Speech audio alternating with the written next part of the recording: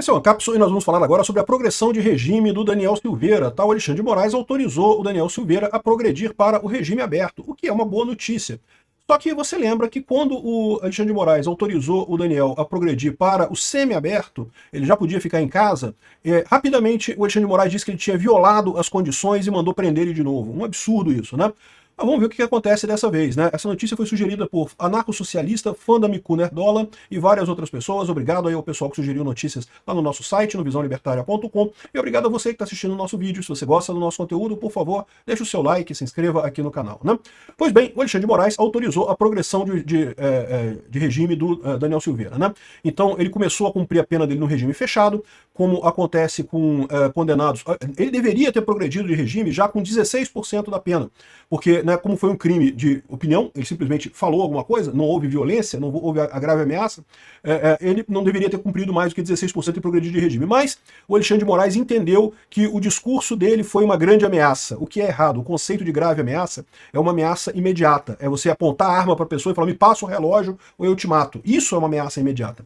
O Daniel Silveira fez um discurso que eu considero muito ruim, acho que foi errado mesmo, mas em momento algum ele fez uma ameaça direta ao Alexandre de Moraes. O que ele disse só é que, pô, do jeito que o pessoal estava indo, que ia ter golpe e coisa e tal, que é um absurdo, eu concordo, ninguém quer golpe no Brasil, mas não foi uma ameaça imediata, não foi uma grave ameaça, como ele colocou, né? Só que o Alexandre de Moraes exigiu, então, os 25% de cumprimento para progressão de regime. Um absurdo completo isso. Mas, enfim, ele já cumpriu 25% da pena e daí teve direito à progressão de regime para o semiaberto e depois já cumpriu 25% no semiaberto. Agora ele tem o direito à progressão de regime para o regime aberto, completamente aberto.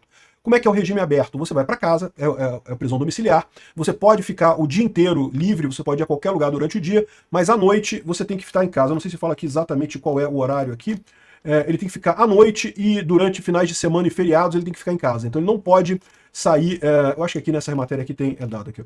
Ele está proibido de sair de casa no período noturno de 19 horas às 6 da manhã, ele não pode sair de casa, e nos finais de semana e feriados ele não pode sair em momento algum de casa, né? Então, só que ele determinou outras medidas cautelares. O deputado não pode sair da comarca em que ele reside, sem autorização judicial, não pode usar redes sociais e deve comparecer semanalmente perante o juízo. Comparecer semanalmente perante o juízo, isso é uma coisa normal, isso um monte de gente pede também. Agora, esse negócio de proibir de usar rede social é um absurdo, porque não tem nada, não existe essa punição no Código Penal, né? Isso é uma punição. Você não ter rede social, não poder se interagir na rede social, isso é uma punição.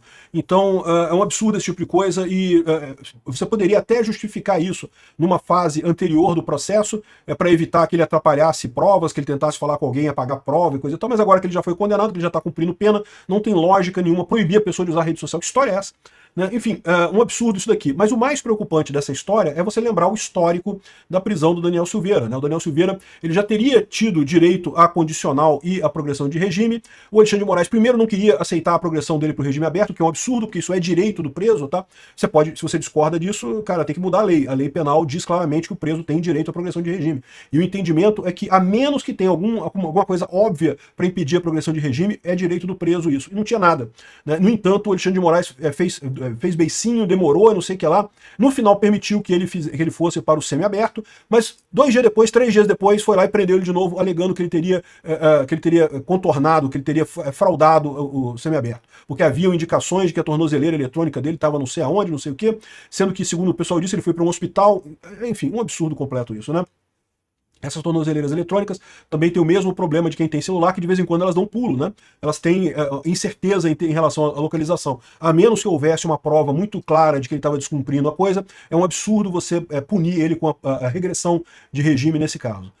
Enfim, não deixa de ser uma coisa positiva, ele vai para casa agora, vai ter uma possibilidade melhor de se tratar, pode sair durante o dia, não está confinado à casa durante o dia, mas o que eu temo é que o Alexandre de Moraes está preparando mais uma brincadeirinha dessa. Daqui a pouco ele vai dizer, ah não, mas o Daniel Silveira estava às 5 horas da tarde, às 19h01 ele foi visto na rua, então agora cadeia de novo, regressão de regime de novo, o que mais uma vez é uma coisa totalmente absurda, né? Se você olhar como é o tratamento normal de progressão de regime, é muito mais liberal do que isso, é muito mais tranquilo do que isso, porque deve ser mesmo, né? Essa é a ideia da coisa.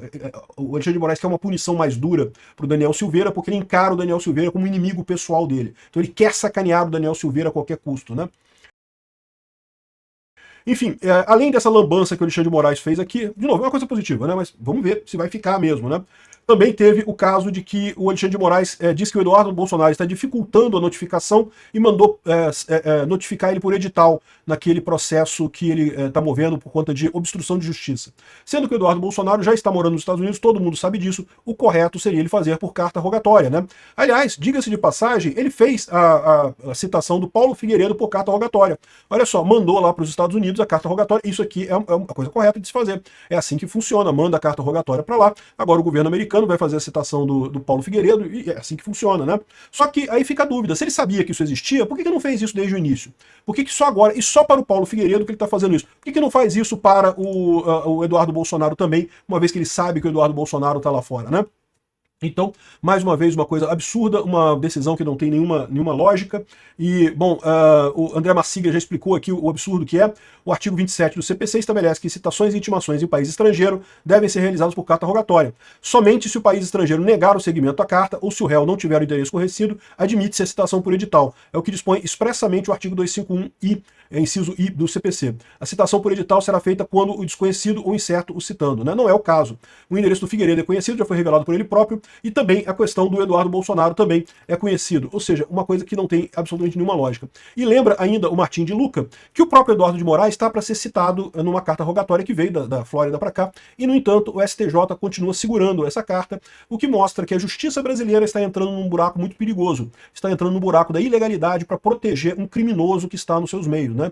Ou seja, ao invés da justiça entregar o Alexandre de Moraes e voltar a ser a justiça normal que a gente espera, eles estão querendo preservar o Alexandre de Moraes e com isso acabando com a justiça brasileira como um todo. É muito triste isso. O Brasil vai pagar muito caro por essa lambança feita pelo Alexandre de Moraes com o acobertamento do resto da justiça brasileira.